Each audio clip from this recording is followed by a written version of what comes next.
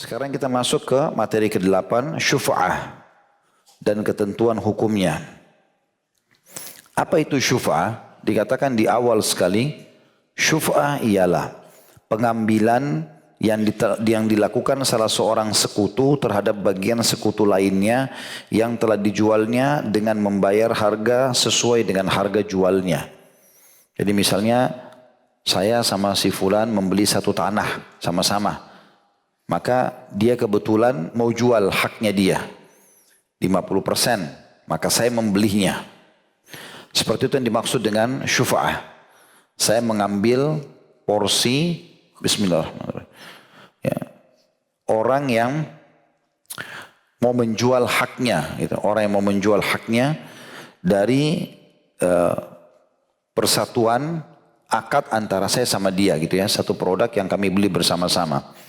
Jadi saya ulangi, syufa'ah adalah pengambilan yang dilakukan salah seorang sekutu terhadap bagian sekutu lainnya yang telah dijualnya dengan membayar harga sesuai dengan harga jualnya. Jadi tidak boleh kita beli dengan harga waktu kita beli, ya. Kalau dia mau jual dengan harga pasar, ya haknya dia. Kita bisa transaksi supaya tanah itu atau barang itu murni jadi milik saya, gitu kan. Pada saat sekutu saya mau menjualnya. Ketentuan-ketentuan hukumnya ialah atau adalah yang pertama, ketentuan hukum syufa'ah telah ditetapkan di dalam syariat melalui tindakan Rasulullah SAW yang melakukannya. Sebagaimana diriwayatkan dalam hadis sahih dari Jabir bin Abdullah radhiyallahu anhuma, qada Rasulullah SAW bisyufa'ati fi kulli ma lam yuqsam fa idza waqa'atil hudud wa surrifatil turuq fala syufa'ah. Rasulullah SAW telah menetapkan syufa'ah pada setiap barang yang belum dibagi. Tetapi jika batas-batas telah ditetapkan serta cara-cara ditentukan, maka tidak ada syufa'ah di dalamnya. Hadis ini riwayat Bukhari nomor 2257, Muslim 1608. Jadi kalau syufa'ah itu adalah kita sebagai partnernya membeli haknya partner kita. Tapi di sini dikasih batasan oleh Nabi SAW. Selama tanah itu belum dibagi. Kalau sudah dipasang tembok-tembok, sudah terpisah, sertifikatnya sudah sendiri-sendiri, tidak ada syufa'ah lagi kan. Karena syufa'ah itu artinya satu barang dimiliki oleh dua orang. Dan nanti salah satunya akan menjual haknya kepada partnernya. Yang kedua, tidak ada syufa'ah kecuali pada aset yang dapat dibagi. Rumah, tanah. Ya, kalau mobil tidak mungkin. Bagaimana dibagi dua mobilnya? Nggak bisa jalan. Dan jika tidak dapat dibagi, misalnya kamar mandi, ruangan yang kecil, serta loteng yang sempit, maka tidak ada syufa'ah di dalamnya. Berdasarkan sabda Rasulullah SAW bahwa syufa'ah hanya berlaku pada aset yang dapat dibagi. Ya. Yang ketiga, tidak ada syufa'ah pada aset, maksudnya partner membeli hak partnernya atau mengambilnya. Tidak ada syufa'ah pada aset yang dapat dibagi yang batas-batasnya telah ditetapkan dan cara-caranya telah ditentukan. Berdasarkan sabda Rasulullah SAW, فَإِذَا وَقَعَتِ الْحُدُودِ وَصُرِّفَتِ الطُّرُقِ فَلَا شُفَعَةِ. Jika batas-batasnya telah ditetapkan dan cara-caranya telah ditentukan, maka tidak ada syufa'ah di dalamnya. Karena setelah aset serikat itu dibagi, maka kedudukan sekutu berubah menjadi tetangga. Sedangkan tidak ada syufa'ah terhadap tetangga menurut pendapat yang sahih. Jadi kalau tadi kita beli tanah 1000 meter, saya 500 jadi 500, selama belum ada pembatasnya, berarti tanah itu masih bercampur baur. Tidak saya tahu posisi tanah sebelah mana punya saya, partner saya tidak tahu posisi mana tanah itu punya dia. Karena belum ada tembok, belum ada pemisahan. Maka semua jengkal tanah itu milik kami berdua. Di sini boleh syufa'ah. Boleh transaksi saya ambil dari tetangga atau partner saya itu supaya saya beli. Tapi kalau sudah dipasang temboknya, sudah dipisahkan jelas hak saya di sini, hak dia di sana, maka ini berubah menjadi transaksi umum. Bukan lagi syufa'ah yang dinamakan atau dinamakan dengan syufa'ah. Yang keempat, tidak ada syufa'ah pada aset yang dapat dipindahkan seperti pakaian dan binatang. Tapi syufa'ah ada pada aset yang tetap berupa tanah dan aset yang berkaitan dengannya seperti bangunan dan tanaman. Mengingat tidak ada mudarat pada aset yang selain tanah dan aset yang berkaitan dengannya sehingga harus diselesaikan dengan syufa'ah. Jadi hanya boleh benda-benda yang bisa dibagi dan tetap tidak bergerak. Yang kelima, hak pensyufa'ah dianggap gugur dengan kehadirannya ketika dilangsungkan akad atau mengetahui penjualannya, dan ia tidak menuntut syufa'ah pada saat itu sehingga waktunya pun berlalu, berdasarkan sabda Rasulullah SAW dalam hadis asy-syuf'atu liman wathabaha. Syufa'ah itu hanya berlaku bagi sekutu yang segera menuntut haknya. Diriwayatkan Abdul Razak jilid 8 halaman 83. Jadi kalau misalnya tadi saya beli tanah sama-sama 1000 meter, dibagi dua, ini adalah saya punya sama dia, saya ingin menjual hak saya. Maka pada saat saya mau jual hak saya tawarkan kepada dia, mau beli enggak hak saya ini? Kalau dia tidak mau atau dia tidak hadir pada saat mau akan terjadi transaksi, lalu ada orang yang transaksi sama kita, terjadilah transaksi itu jika kita membagi dua kena 50-50%, dibagi dulu tanah tersebut. Kalau sudah terjadi transaksi sama orang lain, maka partner kita enggak punya hak syufa'ah. Karena syufa'ah tadi itu dia boleh meminta membeli dari kita. Kita harus dahulukan dia daripada orang lain, ya. Seperti itulah. Itu yang dimaksud dengan poin keempat di sini atau poin kelima, hak pensyufa'ah dianggap gugur dengan kehadirannya ketika dilangsungkan akad atau mengetahui penjualannya, dan ia tidak menuntut syufa'ah pada saat itu. Dia tidak bilang udah saya aja yang beli. Maka terjadi transaksi sama orang lain, dia sudah tidak bisa lagi menuntut setelah itu. Kemudian juga sabda Rasulullah SAW di dalam hadis yang lain, asy-syuf'atu kahallil iqal. Syufa'ah itu dalam kurung hilang apabila tidak segera dituntut, bagaikan dalam kurung unta yang kabur karena lepas ikatan. Diriwayatkan Ibnu Majah nomor 2500. Kecuali bagi sekutu yang tidak hadir, maka baginya berhak melakukan syufa'ah dengan memintanya meskipun masa penjualan telah berlalu beberapa tahun. Jadi kalau pas transaksi sama pihak ketiga, dia hadir, dia enggak bicara apa-apa, dia setuju saja dengan pembagian tanah jadi bagi dua, ya sudah, putus transaksi itu. Tapi pada saat kita menjualnya, kita enggak izin sama teman kita, partner ini, lalu kemudian kita transaksi dan ternyata dia tuntut, maka di sini dia harus didahulukan. Karena dia punya hak daripada orang ketiga. Tentu kita harus adil. Kita pun menjualnya dengan harga pasar yang benar, dia pun teman kita ini membeli dengan harga pasar yang ada. Tidak boleh dia tekan karena kita butuh harta. Setiap orang muslim harus hati-hati dengan niatnya. Allah akan nilai sesuai dengan niatnya. Kalau dia tahu partnernya ini kebetulan butuh duit, lalu kemudian sengaja dia tekan, harganya per meter 1 juta, udah 500.000 aja. Dia tekan, maka ini tidak boleh hukumnya. Ya. Karena harus transaksi dengan ridho satu sama yang lain. Yang keenam, syuf'ah dianggap gugur jika pembelinya mewakafkan atau menghibahkan atau menyedekahkan aset yang dibelinya karena menetapkan syuf'ah pada aset yang demikian. Berarti membatalkan ibadah-ibadah di atas. Maksudnya ibadah wakaf tanah, hibah, sedekah. Sedang menjaga keabsahan ibadah lebih utama daripada menekankan syuf'ah yang tidak dimaksudkan, kecuali menghilangkan mudarat yang mungkin akan terjadi. Ini poin luar biasa ya.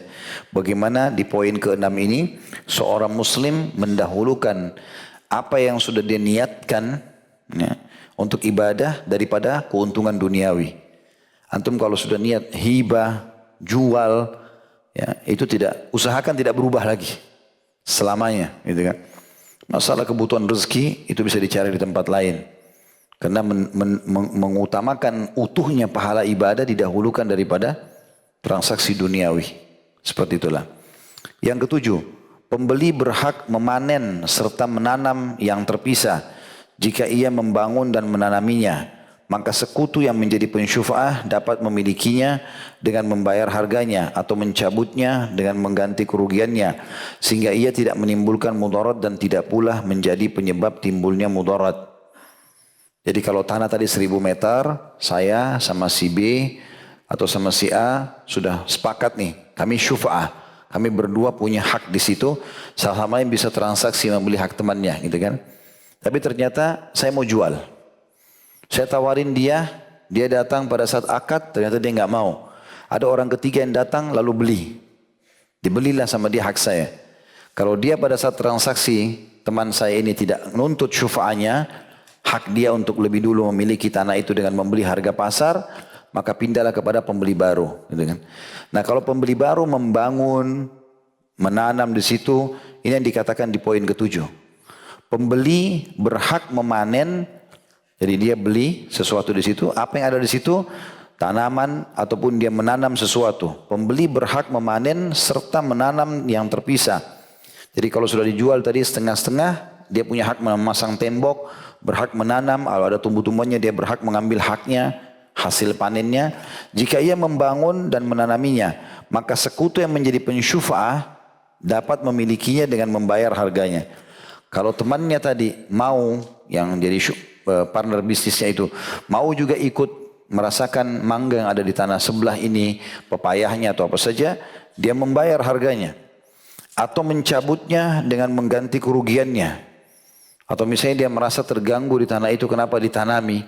Sementara ini masih punya kita berdua, dia boleh mencabut pohon-pohon itu, tapi dia harus nilai pohon itu berapa nilai harganya di pasar. Dan kalau ada dengan buahnya, dihitung dengan buahnya, baru kemudian dia ratakan lagi tanah itu. Nah, dia berharap tanah itu tidak ada bangunan misalnya, atau tidak ada pohon-pohonnya. Sehingga ia tidak menimbulkan mudarat dan tidak pula menjadi penyebab timbulnya mudarat. Tentu yang paling baik kalau kita punya tanah sendiri ya. Tetapi ini kita bicara kalau tanah dibeli oleh dua orang. Ya.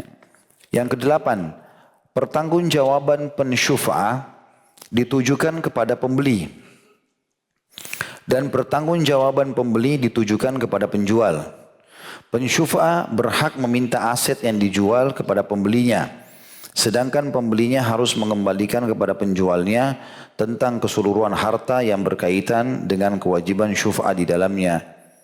Ya, saya ulangi kembali, pertanggungjawaban pensyufa'ah ditujukan kepada pembeli dan pertanggungjawaban pembeli ditujukan kepada penjual. Pensyufa'ah berhak meminta aset yang dijual kepada pembelinya, sedangkan pembelinya harus mengembalikan kepada penjualnya tentang keseluruhan harta yang berkaitan dengan kewajiban syufa'ah di dalamnya. Ini kalau pada saat terjadi tadi, sekali lagi ada tanah kita beli, saya sama teman saya beli 1000 meter, kami belum tentukan pagarnya, pokoknya masing-masing 55%. Maka semua jengkal tanah itu milik kami berdua. Kalau saya mau menjualnya, maka partner saya punya hak syufa'ah. Dia punya hak untuk membeli dari saya. Dan saya juga tidak boleh menawarkan orang lain dulu sebelum dia. Gitu kan. Maka itu dihukum, itu yang dimaksudkan dengan hukum syufa'ahnya sendiri. Nah kalau sampai saya menjual sama orang lain, sementara saya tidak menyampaikan ke dia, dia punya hak menuntut. Di poin 8 dijelaskan masalah itu. Jadi dia bisa mengatakan kepada saya, kenapa dijual ke orang lain? Saya butuh tanah itu, berapa nilainya saya bayar. Karena dia adalah partner saya, dia lebih berhak. Kita harus batalkan transaksi yang sama orang yang ketiga. Di sini tanggung jawab saya harus menjelaskan kepada orang yang membeli dan juga tanggung jawab saya untuk menjual kepada pensyufa'ah ini. Ya. Kecuali dia tidak mau, dia batalkan transaksi baru kita jual sama orang lain. Yang kesembilan yang terakhir adalah aset yang berhak di syufa'ah tidak boleh dijual dan diberikan. Dengan demikian, tidak diperbolehkan bagi sekutu yang diwajibkan kepadanya syufa'ah untuk menjual atau menghibahkan haknya yang terdapat dalam aset yang disyufa'ahkan kepada orang lain. Karena menjual dan menghibahkannya bertentangan dengan tujuan yang disyariatkan kepadanya syufa'ah, yaitu menolak mudarat dari sekutunya atau mitra usahanya. Jadi nggak bisa spontanitas kita langsung wakafkan tanah itu. Intinya harus selalu ngomong sama partner ini. Kapan dia nggak ada masalah, kalau kita pasang tembok, udah ini tanah kan kita belum tentuin nih. Sebelah timur atau sebelah barat kamu mau. Ya. Batasnya dari selatan ke utara kah misalnya. Itu belum ditentukan. Maka kalau kita sudah sepakat, oke kita tentuin ya sekarang kita bagi dua. Bagi rata tanah ini. Pasang tembok, selesai. Kita punya hak wakafin, hibahkan, setelah itu terserah. Tapi selama belum ada batas nggak boleh sampai kita izin sama dia. Partner kita lebih berhak untuk membelinya ataupun sepakat untuk hibah sama-sama sekalian semuanya. Termasuk kita tidak boleh sembarangan membangun bangunan di atasnya, menanam cocok tanam tanpa izin dia. Dia pun begitu tidak boleh, gitu kan? Tidak boleh sama sekali. Tapi kalau sampai salah satu partner ini ada yang sengaja membangun bangunan atau menanam cocok tanam, partnernya nggak suka, ada dua opsi. Kalau dia mau merubuhkan bangunan itu, dan kemudian atau mencabut tanaman-tanaman situ boleh, tapi dia harus ganti nilainya. Jadi kan seperti itu. Atau opsi yang kedua adalah dia membayar saja. Kalau dia pengen sesuatu dari bangunan itu, misalnya bangunan rumah itu bagus, tapi ada di tengah-tengah tanah. Dia mau ambil setengahnya. Berapa nilai bangunnya? 100 juta, bagi dua 50 juta. Sehingga bangunan pun di atasnya menjadi hak berdua. Atau ada dari 100 pohon ubi dibagi dua misalnya. Seperti itulah. Jadi akhirnya terbagi dua hak tersebut.